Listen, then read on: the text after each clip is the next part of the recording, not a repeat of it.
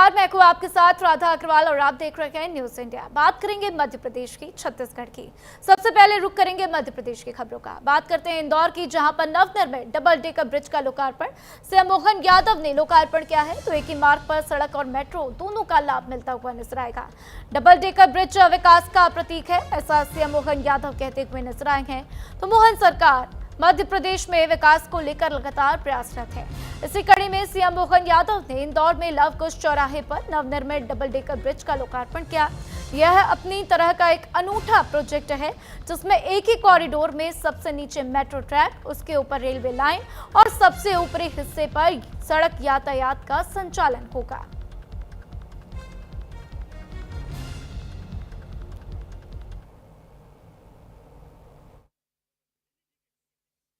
इंदौर के साथ विकास का शब्द जुड़ा हुआ है और इंदौर को लगातार सौगातों का जो आनंद आता है, ये हम सबके लिए प्रेरणा भी देता है, उत्साह भी देता है और बाकी प्रदेश के नगरों के लिए रास्ते भी खोलता है।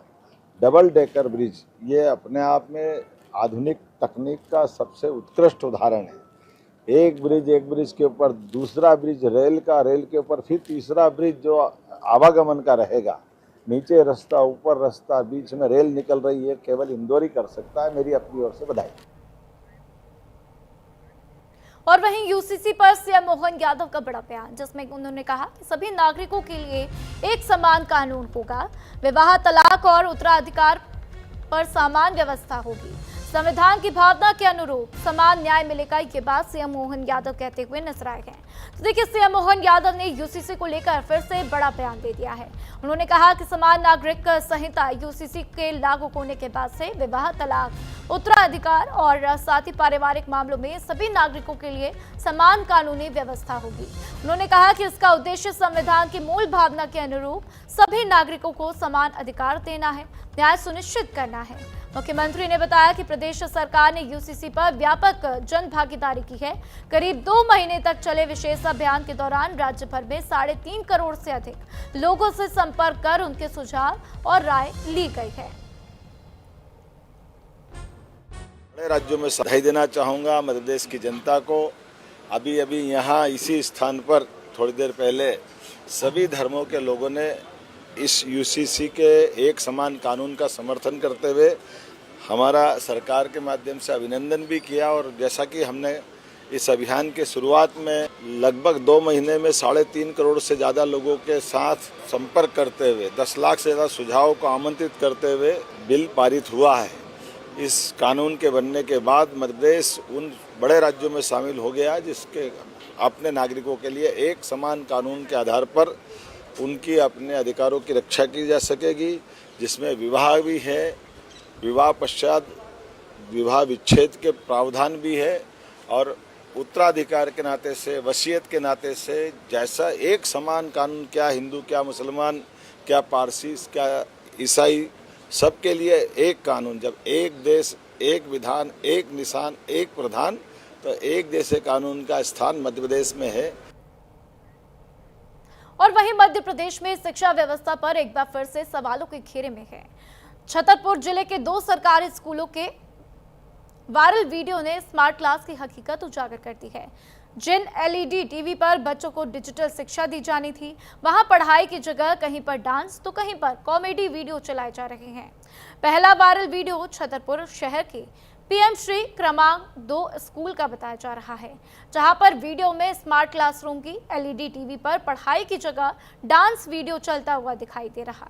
तो दूसरे वीडियो छतरपुर के राजनगर विकास खंड के घूरा शासकीय विद्यालय का बताया जा रहा, जहां पर क्लासरूम में लगी टीवी पर बच्चों को शैक्षणिक सामग्री के बजाय कॉमेडी वीडियो दिखाए जा रहे हैं। जिला शिक्षा अधिकारी ने वायरल वीडियो की जांच कराए जाने की बात कही है। इस संबंध में हमारा कहना है कि ये वीडियो अभी मेरे संज्ञान में आया है और हम इस वीडियो की गंभीरतापूर्वक जांच कराएंगे और जांच निष्कर्षों के आधार पर जो व्यक्ति दोषी है उस पर आवश्यक कार्रवाई की जाएगी। सर, वहाँ के प्रचार द्वारा ये कहा गया है कोई बड़ा मामला नहीं है, वीडियो को देखने के बाद इस पर भी क्या आपका संज्ञान? हम इस संबंध में प्राचार्य से स्वयं बात करना चाहेंगे। वो एक काफ़ी अब तो वो रिटायरमेंट की स्थिति वाले प्राचार्य जी हैं और लगभग 62 वर्ष की सेवा पूरी भी कर रहे हैं। और वहीं बीजेपी विधायक संजय पाठक को हाईकोर्ट से राहत, जज को फोन करने वाले मामले में हाईकोर्ट ने बरी किया है। हाईकोर्ट ने विधायक की बिना शर्त माफी स्वीकार की है। मध्य प्रदेश हाईकोर्ट ने बीजेपी विधायक और पूर्व मंत्री संजय पाठक को न्यायालय की आपराधिक अवमानना का दोषी माना है। मामला कटनी निवासी आशुतोष दीक्षित की याचिका से जुड़ा है। याचिका में आरोप लगाया गया था कि संजय पाठक से संबंधित कंपनी के खिलाफ करीब 1200 करोड़ रुपए की अवैध उत्खनन रिकवरी का मामला हाईकोर्ट में विचाराधीन था। सुनवाई के दौरान तत्कालीन न्यायमूर्ति विशाल मिश्रा ने 1 सितंबर 2025 को स्वयं को मामले की सुनवाई से अलग कर लिया था। उन्होंने अपने आदेश में उल्लेख किया था कि विधायक की ओर से उनसे फोन पर संपर्क करने का प्रयास किया गया और इसीलिए निष्पक्षता बनाए रखने के लिए वे इस मामले की सुनवाई नहीं करेंगे। इसके बाद प्रकरण तत्कालीन मुख्य न्यायाधीश के समक्ष भेजा गया और हाईकोर्ट ने स्वतः संज्ञान लेकर आपराधिक अवमानना की कार्रवाई शुरू की।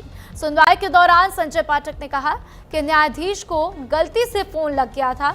उन्होंने केवल शिष्टाचार के नाते अपना परिचय देते हुए एक संदेश भेजा था। जज से कोई बात नहीं हुई थी। पाठक ने बिना शर्त माफी मांगी।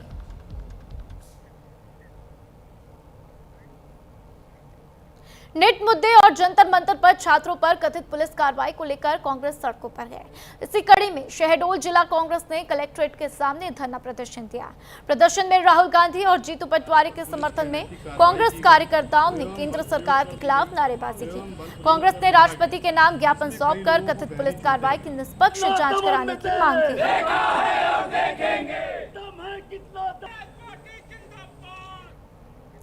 आदिवासी बाहुल्य शहडोल में झाड़ फूक करने आए एक बाबा की कुल्हाड़ी मारकर निर्मम हत्या कर दी गई। दरअसल चंदौरा निवासी बुद्धसेन अपनी बीमार बेटी के उपचार के लिए बाबा राज बहोर को झाड़ फूक के लिए घर लेकर आए। इसी दौरान बुद्धसेन के भाई भीमसेन को संदेह हुआ कि बाबा जादू टोना कर रहा है। इस पर आग बबूला होते हुए उसने बाबा की हत्या कर दी। पुलिस ने हत्यारोपी को हिरासत में लिया और मामले की जांच शुरू कर दी है।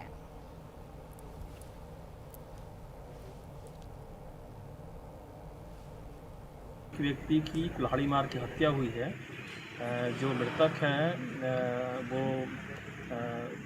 जादू टोने का काम करता था और इसमें मामला ये है कि दो सगे भाई हैं।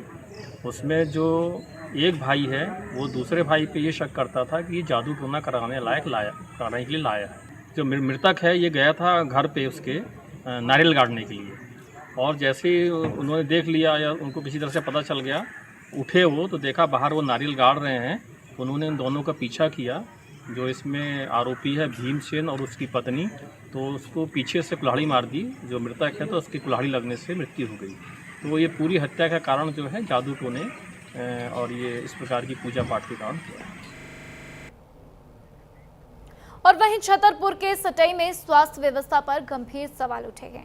सीने में दर्द की शिकायत के बाद प्राथमिक स्वास्थ्य केंद्र पहुंचे 35 वर्षीय मरीज के इलाज के अभाव में मौत हो गई। परिजनों का कथित आरोप है कि अस्पताल में डॉक्टर मौजूद नहीं थे। इसके बाद मरीज को जिला अस्पताल छतरपुर रेफर किया गया, लेकिन रास्ते में ही उनकी मौत हो गई। घटना के बाद गुस्साए ग्रामीणों ने सटई बस स्टैंड पर चक्का जाम कर दिया और मामले में प्रशासन से कार्रवाई की मांग की।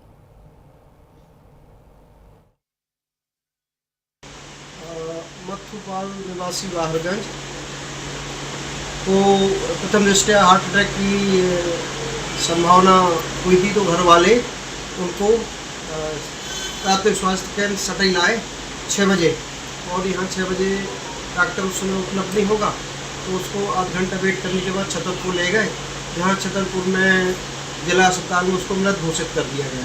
परिवार वालों द्वारा उनके भाई द्वारा एक आवेदन दिया गया है जिसके उसमें पंचनामा बनाकर और विधिवत वरिष्ठ कार्यालय को लिखा। और वहीं पन्ना में थाने की सुरक्षा व्यवस्था में सेंध लगाते हुए एक नशेड़ी पुलिस की गाड़ी लेकर फरार हो गया। आरोपी ने तेज रफ्तार से पुलिस का वाहन भगाते हुए कई गाड़ियों को टक्कर मार दी। आनंद फानंद में पुलिस ने पीछा कर बहुत ही मुश्किल से अवंतीबाई चौक के पास आरोपी को धर दबोचा। पुलिस ने मामले में केस दर्ज कर जांच शुरू कर दी है। तो वहीं इस पूरे मामले का वीडियो भी आप देख सकते हैं किस तरीके से सोशल मीडिया पर वायरल हो रहा है।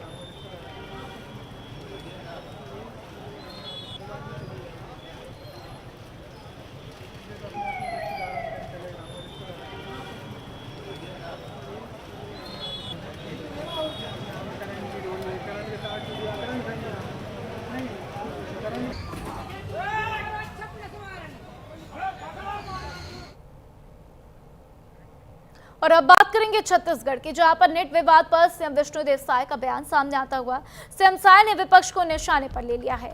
मुद्दा विहीन हो चुका है विपक्ष, ये बात सीएम साय की तरफ से कही गई। साथ ही उन्होंने आगे कहा कि चर्चा से भागे नहीं विपक्ष, संसद में अपनी बात रखे। छत्तीसगढ़ मुख्यमंत्री विष्णुदेव साय ने विपक्ष को निशाने पर लेते हुए नेट पेपर लीक को लेकर चल रहे सियासी घमासान पर प्रतिक्रिया दी। उन्होंने कहा कि कांग्रेस और पूरा विपक्ष अब बौखलाहट में है, मुद्दा विहीन हो चुका है, उनके पास कोई मुद्दा नहीं। जब सरकार चर्चा के लिए तैयार है तो उन्हें चर्चा से भागना नहीं चाहिए। किसी भी मुद्दे पर सार्थक चर्चा के लिए संसद से बेहतर कोई मंच नहीं हो सकता है। जो भी कहना है वह संसद के भीतर कहना चाहिए। देखिए, कांग्रेस और विपक्ष बौखलाहट में है, मुद्दा विहीन है, कोई मुद्दा है नहीं। जब सरकार चर्चा के लिए तैयार है तो उनको चर्चा से भागना नहीं चाहिए। चर्चा में भाग लेकर अब पार्लियामेंट से और अच्छा जगह चर्चा के लिए हो ही नहीं सकता, तो उनको विपक्ष को भागना नहीं चाहिए और जो भी बातें हैं वहाँ पर उनको कहनी चाहिए। देश भर में लगातार हो रहे पेपर लीक और युवाओं के भविष्य से खिलवाड़ के खिलाफ बेमेतरा में युवा कांग्रेस ने मोर्चा खोल दिया। युवा कांग्रेस कार्यकर्ताओं ने बीजेपी के मनोनीत एल्डरमैनों के शपथ ग्रहण कार्यक्रम में जमकर हंगामा किया और काले झंडे दिखाए। प्रदर्शनकारियों ने संसद परिसर में विपक्षी नेताओं के साथ हुए व्यवहार और छात्रों पर लाठीचार्ज की भी कड़े शब्दों में निंदा की और केंद्रीय शिक्षा मंत्री धर्मेंद्र प्रधान के इस्तीफे की मांग की। पुलिस ने विरोध कर रहे कई कार्यकर्ताओं को मौके से हिरासत में ले लिया।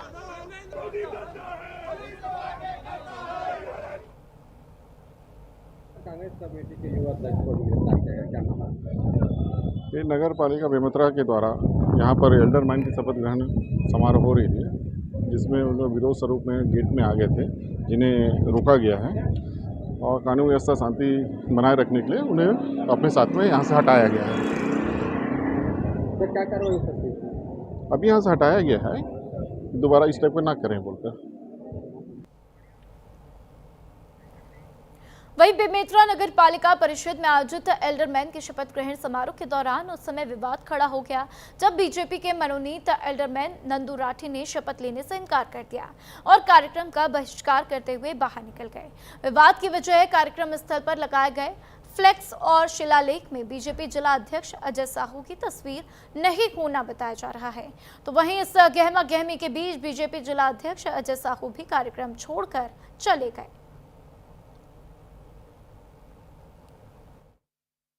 नाम आपका और शपथ ग्रहण के दौरान क्या मामला हुआ? मैं नंदू राठी हूँ भैया, कमल छाप का कार्यकर्ता हूँ मैं और संगठन को सर्वोपरि मानने वाला कार्यकर्ता हूँ मैं। और मेरे संगठन के ही मुखिया का फोटो नहीं होने से मैं नाराज होकर चला है। आप एल्डरमैन हैं, आपका शपथ ग्रहण? हाँ, और शपथ ग्रहण का विरोध करके आ गया। संगठन का मुखिया का फोटो नहीं होगा। क्या लगता है कौन हो सकता है ऐसे कृत्य करने में? किसको किस नजर से देखते हैं? अभी इसके लिए अधिकारी लोगों को मैं दोषी मानता हूँ भैया।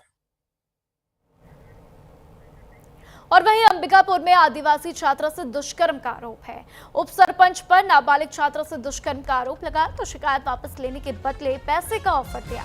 उप सरपंच के खिलाफ एफआईआर भी दर्ज कर ली गई है। तो देखिए किस तरीके से उप सरपंच के ऊपर नाबालिग छात्रा के साथ दुष्कर्म करने का आरोप लगा है। शिकायत वापस लेने के बदले पैसे का ऑफर दिया गया है तो उप सरपंच के खिलाफ एफआईआर दर्ज कर लिया गया। तो देखिए किस तरीके से ये जानकारी सामने आ रही है कि अंबिकापुर में आदिवासी छात्रा के साथ दुष्कर्म हुआ और अब पुलिस इस पूरे मामले पर कैसे कार्रवाई करेगी, क्या कुछ एफआईआर दर्ज होंगे, उसको लेकर देखना होगा। क्या कुछ जानकारियां सामने आती हैं, लेकिन ऐसी शिकायत है कि शिकायत वापस लेने के बदले पैसे का ऑफर दिया गया है। तो उप सरपंच के खिलाफ एफआईआर दर्ज की जा चुकी है और अब देखना होगा कि आगे क्या कुछ कार्रवाई होगी।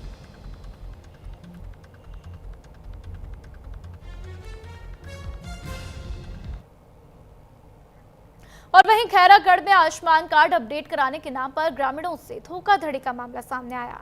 पुलिस ने मामले में 3 आरोपियों को गिरफ्तार कर लिया और ऐसे में गिरफ्तार कर न्यायिक रिमांड पर जेल भेज दिया है। पुलिस ने आरोपियों के कब्जे से जालसाजी में इस्तेमाल कंप्यूटर, मोबाइल जब्त किए हैं। पुलिस के मुताबिक आरोपियों ने स्वयं को कलेक्टर कार्यालय का अधिकारी बताया और ग्रामीण क्षेत्रों में आयुष्मान कार्ड अपडेट कराने के नाम पर प्रत्येक व्यक्ति से 50 रुपए की वसूली की। आरोपियों ने सरकारी योजना का लाभ दिलाने का झांसा देकर भोले भाले ग्रामीणों से पैसे भी ठगे हैं।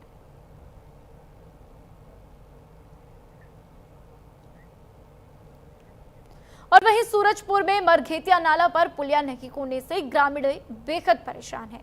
बारिश की वजह से नाला अपने उफान पर है। ऐसे में एक किसान इंसानियत की मिसाल पेश करता हुआ रोज बच्चों को कंधे पर बिठाकर उफनते हुए नाले को पार करता हुआ नजर आता है।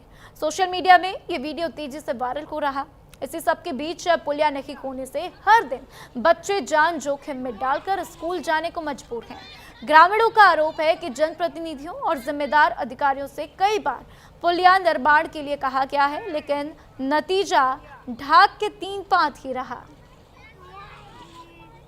तो देखिए किस तरीके से आप देख रहे हैं कि ग्रामीण कंधे पर बिठाकर बच्चों को लाता हुआ जो छात्र हैं वो इस वक्त बेहद परेशान भी हैं कि किस तरीके से वो नाले को पार करते हुए नजर आए। अब देखिए मजबूरी है, स्कूल भी जाना है, शिक्षा भी ज़रूरी है, लेकिन सरकार फिर भी इस पर ध्यान नहीं दे रही और छात्रों की स्थिति ऐसी है कि वो मजबूरन कंधों पर बैठकर नाला पार करते हुए नजर आ रहे हैं। अब ऐसे में प्रशासन की तरफ से क्या कुछ कार्रवाई की जाती है वो देखना होगा। हालांकि वर्षों से पुलिया निर्माण की मांग की जा रही, लेकिन फिर भी प्रशासन उनके दावे, उनके तरफ से जो अनुरोध किए जा रहे हैं उसको सुनने के लिए तैयार बिल्कुल भी नहीं है। नारायणपुर जिला पंचायत सीईओ ने जारी किया नोटिस, जिसमें सरकारी पैसे के दुरुपयोग पर वसूली की तैयारी है।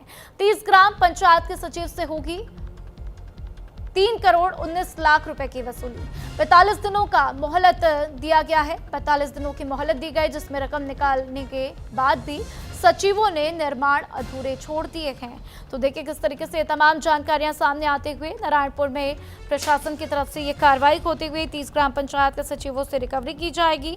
तो जिला पंचायत सीईओ को लेकर ये नोटिस, सरकारी पैसों के दुरुपयोग पर वसूली की तैयारी की जा रही है।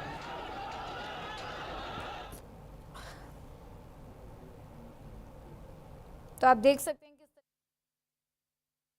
हमारे साथ बीजेपी नेता संजय श्रोता जी हैं, उनसे बात करते हैं कि आज आप लोग का ऐसा नौबत आ गई कि कांग्रेस के गढ़ में आप यहाँ पे उनके भवन में आप लोग को हड़ताल करना पड़ेगा।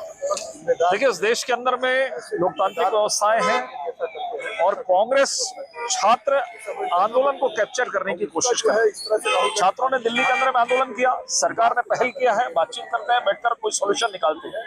लेकिन जिन छात्रों ने आंदोलन किया उन छात्रों ने कांग्रेस पर भी विश्वास नहीं किया कि ये हमारी लड़ाई को लड़ सकते हैं, क्योंकि अपने कार्यकाल में स्वयं उन्होंने गलत काम किया है।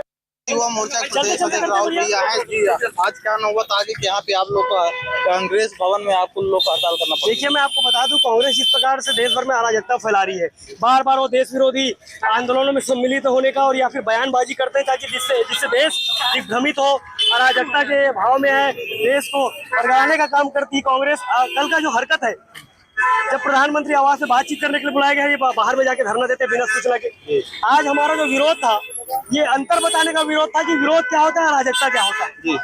लोकसभा चल रहा है, जितने वहाँ पे मेंबर बैठे थे सभी लोग।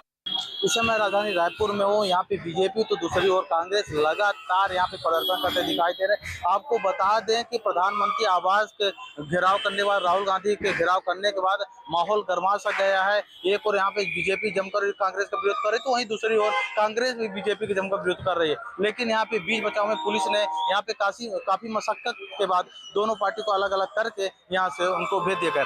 आपको बता दें कि जो मुद्दा को लेकर जंतर मंतर में विरोध चल रहा है, उसको लेकर पूरे देश में काफी ज्यादा माहौल गर्मा चुका है, जिसको लेकर लगातार पूरे देश में प्रदर्शन हो रहा है। अब देखना होगा कि जंतर मंतर में जो प्रदर्शन चल रहा है, तो क्या पूरे देश में चिंगारी ऐसे फैलते जाएगा या उसको लेकर आगे भी रोक लगाया जाएगा।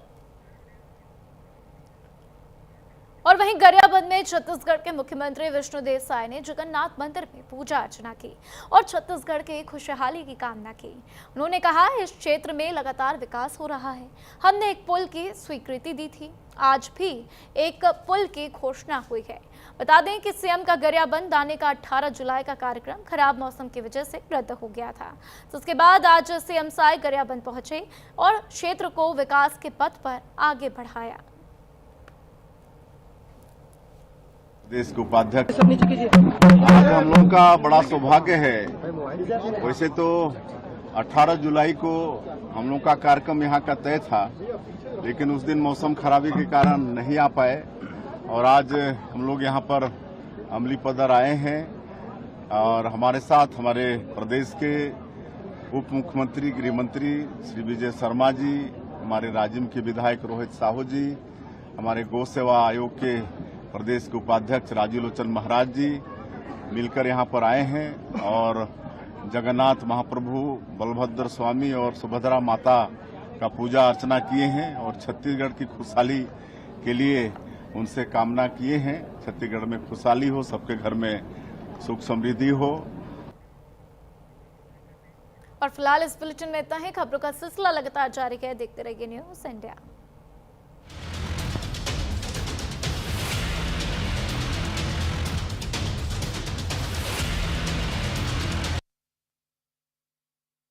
बेसिक शिक्षा को